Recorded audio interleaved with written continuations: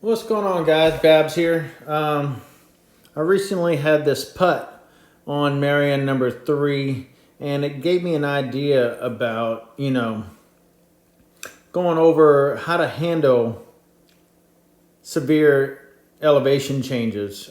This would be one instance where this is down 27 inches. And then another instance would be, if you're somewhere on Wolf Creek, let's say you're on Wolf Creek number 5 above the hole, that would be an instance where, you'd have severe elevation changes. And so I was making this video and I just wanted to kind of go over with you guys my thought process on what am I doing in a putt like this. So it'll help you guys to put the ball closer to the hole and not leave yourself too short. Because sometimes if you calculate this right here, if I were to calculate this putt right here, this would be 42.5 down 27. And that is about 30% on the 30 scale. And you'll see in this video that I made why I don't use the 27 and why I choose to use a different number that actually works out in my benefit. So here we go. Putt, it's down 27, but that's the entire putt. The actual downhill is happening right in this area, and then as you can see, it slowly drops. So we're here, 2, 3, it drops, and then it hits 20 something.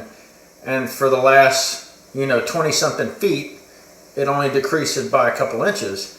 So what you have to do in this scenario is you have to take off elevation. So I usually use the feet. So this is 42 feet. I'm gonna take off 4 inches of this. So I'm gonna call it 23, maybe even 22 and down 22. And we'll show you how that works out. And so we got the 30 scale. And so since I put in minus 22, instead of being 29% on the 30 scale, it turns out to be 45% power on the 30 scale. And so that is my new power percentage to use in a putt like this that has severe downhill.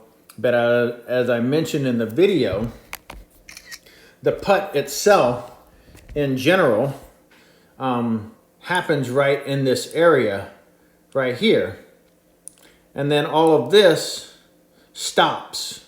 So this is where the severe elevation is. It's not the complete 43-foot putt, because the elevation that changes from right in this area only changes, a couple of inches. This could have been 20 inches and it goes down to 27. But this went up here from 0 down to 20. So as you can see, this is a 20-inch drop. This is only a 7-inch drop.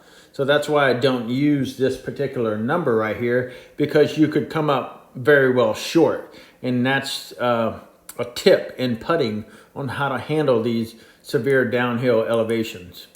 So we'll get back to the video here. Obviously the odds of making this are pretty low. I just want to look at the vertical dots. I want to look at the horizontal dots, kind of see what everything is doing, and then try and put a complete picture in with all this. I'm looking at these dots right here. They're not doing a whole lot. Just going to count that, cut it in half. So what I did here was I chose the dots that I was showing you just now, which were these dots right here. And so what I did is I took them from the halfway point and I counted them right there. I didn't wait till they got to all the way, and that was roughly 6 seconds. And so I multiply that, times 2, and I get 12 seconds. But that's to, the whole half a grid. That doesn't describe how all the dots in this picture are working. So I can't use 12 seconds because that would probably put me somewhere way out here on my aim. So what I do, it's a little trick that I've found that works, quite often. It doesn't always go in the hole, but it puts me close to the hole. When you have a lot of dots that aren't moving, I will do that. And I will multiply this final number here. I will multiply this final number, 12, that I got from this portion by 2 again. So I got 24. And that's the dot count that I use in my calculator. And so that calculator gave me roughly 19, which is 125%. And so I've gone over this in you know, other videos. Half a grid is 10, a whole grid is 15, a grid and a half is 22 and a half. Well, I calculated roughly 19, which is in this area. So we got 50%, 100%, and 150%. So 19 and 125 are roughly in the ballpark that I was looking at. But I just wanted to show you guys what I was doing and what I was referring to when I'm calculating these dots and why I was highlighting these particular dots here and when I said stop them halfway and then multiply. And we're looking at probably this guy right here of aim. So we'll try 125 and give it a ride. And we got heartbeats, which usually means it doesn't go in, but it'll be close.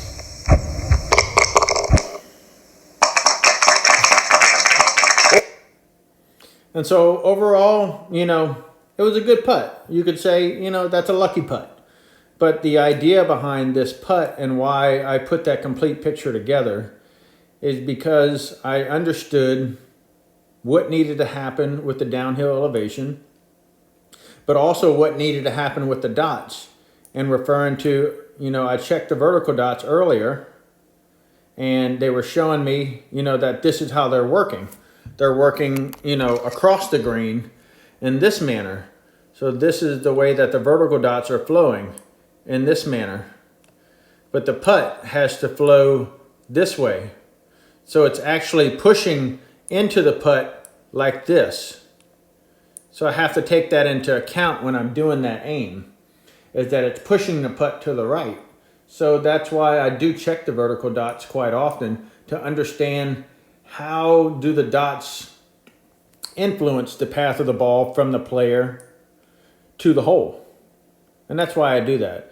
And then it's just a matter of me going through and choosing what these horizontal dots are doing right in this area. And as I mentioned, the math that I use has shown to, you know, be pretty good, put me close to the hole. And so in that instance, that allowed me to ultimately get out in this position. This guy right here of aim. So we'll try that. Go with the calculator. Give it a ride. And it worked out. And we got heartbeats, which usually means it doesn't go in, but it'll be close.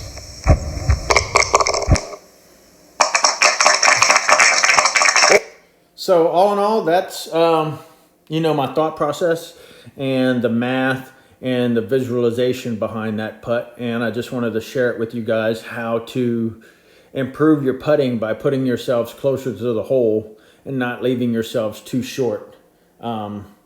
Basically by making sure that you're not in a position where you come up too short because you don't do the math properly.